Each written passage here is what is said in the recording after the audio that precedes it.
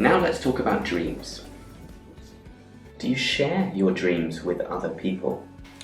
Sometimes I share my dreams with others. Most often it would be with my wife, but I'm also aware that most of the dreams that I have are utter nonsense and I can barely understand them, let alone articulate them or tell someone else. Do you think dreams have special meanings? Well, Sigmund Freud did when he made his book. I used to think so, because I was given a book when I was a child about the interpretation of dreams, and I used to religiously look up some of the themes that were in dreams and share that with my friends. But that was more of an interesting thing, kind of like how people share horoscopes. They listen to them, but they don't really believe in them. So yes, I don't really believe that there's any special significance. It can just be quite funny or interesting what comes up. Now let's talk about computers. How often do you use a computer? To be honest, I use it several times a day. In fact, some days I do wake up and it's one of the first things that I turn on and one of the last things that I turn off. And when I'm not using a computer, which is one of my several laptops, I'll be using a phone, which is kind of a computer as well. So maybe that's a negative thing. But I do use it for work, studying, recreation, you name it, it's useful for doing something. What do you generally use a computer for? Just about everything these days. Work, studying, note-taking, watching films. Just use it too much. Also modern life, it just revolves around the computer more naturally now. So we do all our shopping online, shopping for groceries, weekly shop. I do my banking online, monitor bills, pay bills, communicate with friends, talk to family abroad, WhatsApp, Skype. The list goes on. Sounds quite bad actually. What kinds of computers are popular in your country? The most popular would probably be the Apple MacBooks, the MacBook Pro and some iPads, but the Apple products also tend to be the most expensive. The user experience tends to be a bit greater on them, but in terms of the ones that are most commonly used, I think that would actually be a Dell, because they're slightly cheaper and the specs that you get for them are much less, so smaller businesses and they tend to use Dells, and personal computers tend to be Dells or other makes are quite popular as well, HP, Samsung, Sony. Now let's move on to talk about mirrors. Do you like looking at yourself in the mirror? No, but to be honest, I do find it quite useful sometimes to talk to myself about things I have to do or practice things, like practicing IELTS questions. Have you ever bought a mirror? Yes, it was huge and heavy. When we bought our first apartment, it took about 3 people to carry it, and we had to carry it upstairs and round corners. It kind of felt like that episode of Friends where they go, "Pivot!" Do you usually take a mirror with you? No. If I need a mirror, I'll go and find one. Or nowadays, pretty much everybody has a smartphone, and that's what I use if I need to check something about myself. Do my lipstick. Would you use mirrors to decorate your room? Yes, especially in the UK, because apartments tend to be quite small, especially in urban areas, in large cities. Space is quite expensive, so I use them to brighten up small spaces, and they tend to give a room a more open feeling. So that's why I do find them quite useful. What functions does a mirror have? I suppose they're quite essential for driving. So you need to be able to look behind you and check things are safe, or if you're turning, you need to check your mirrors. Also, you use them quite a lot for cutting hair, applying makeup again. A lot of my female friends usually carry one, even though they have a smartphone as well. And some people believe that they're not good, but bad luck if you break them. I don't know if that's a function. Do you use a mirror before buying clothing?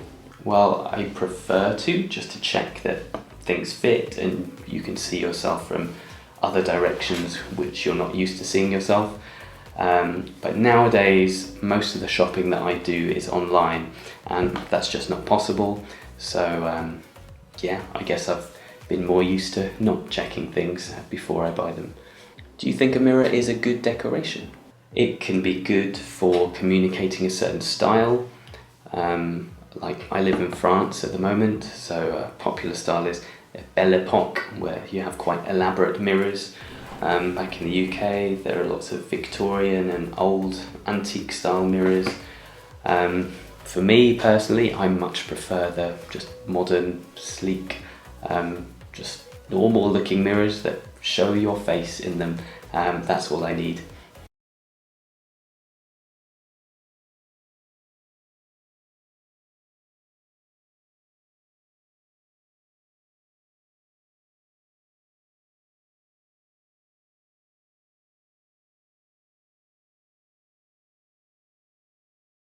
So I'd like you to describe a food from your country that you really like.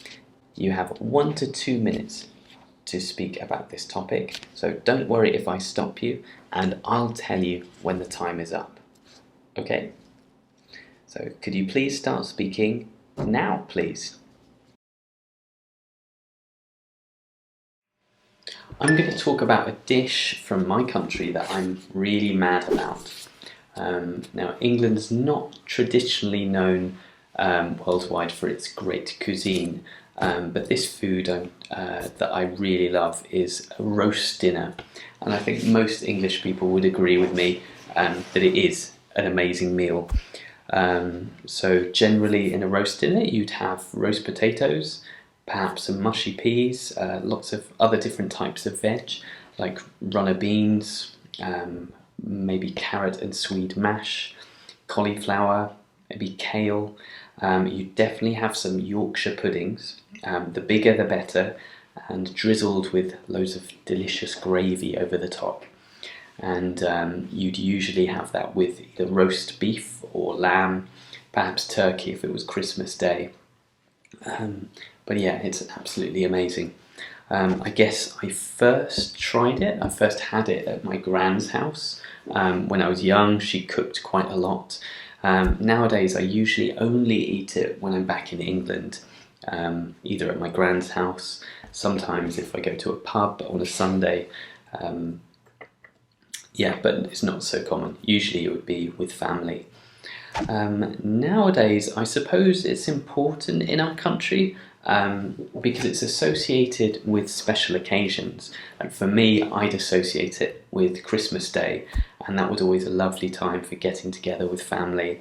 For me, it reminds me of the people that I love and spending time together, and yeah, those warm and happy memories.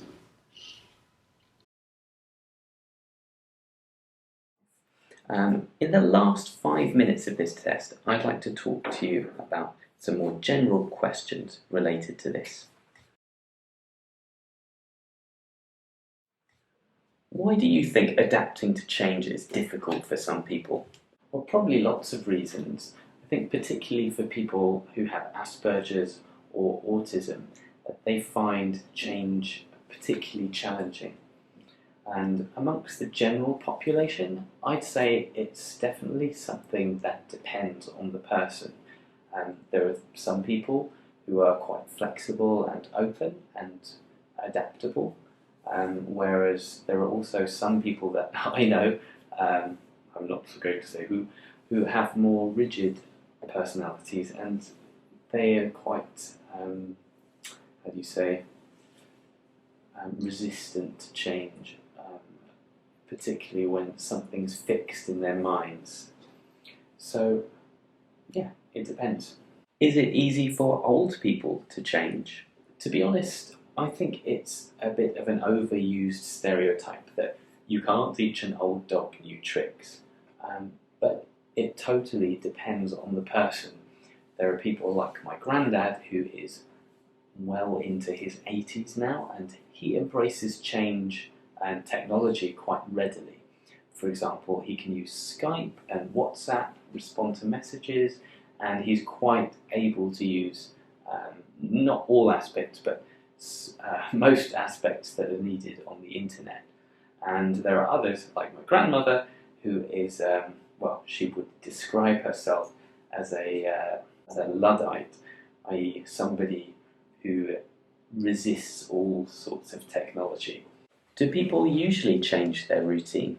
Well, I think the definition of a routine is something that doesn't change so often, but there are some circumstances where they might need to change their routines, like if you have a new job, a new child, or something else that has just changed in life.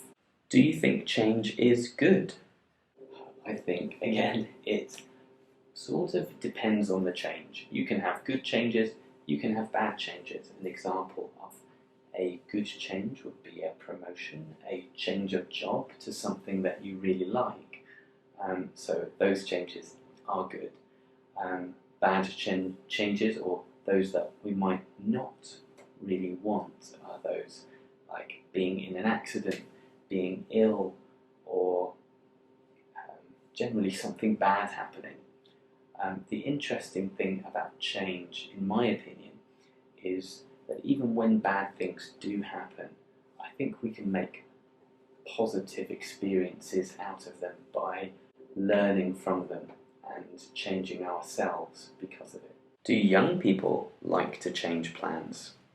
I'm not sure if I could call myself a young person anymore, but I would say that some people of my age who are friends of mine perhaps would be described as the Instagram generation.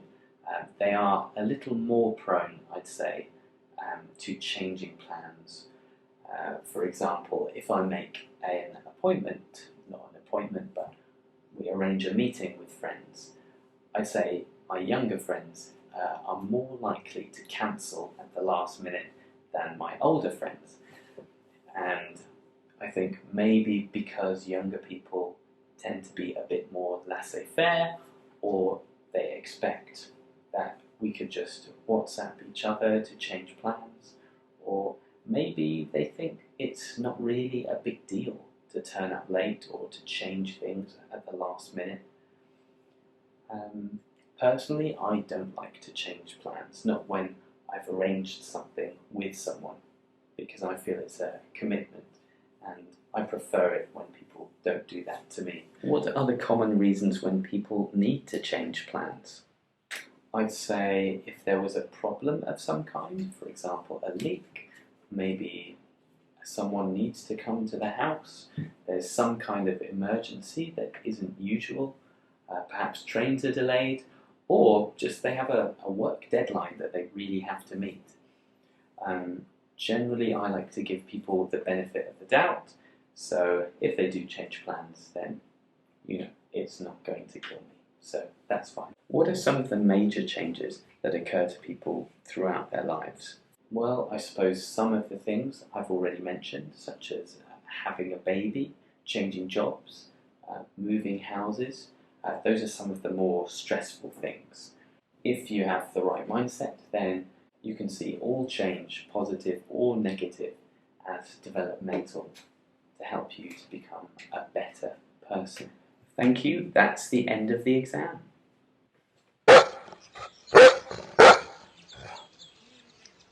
Thanks for watching, and I'll see you in this next video where we approach another topic being given to speakers.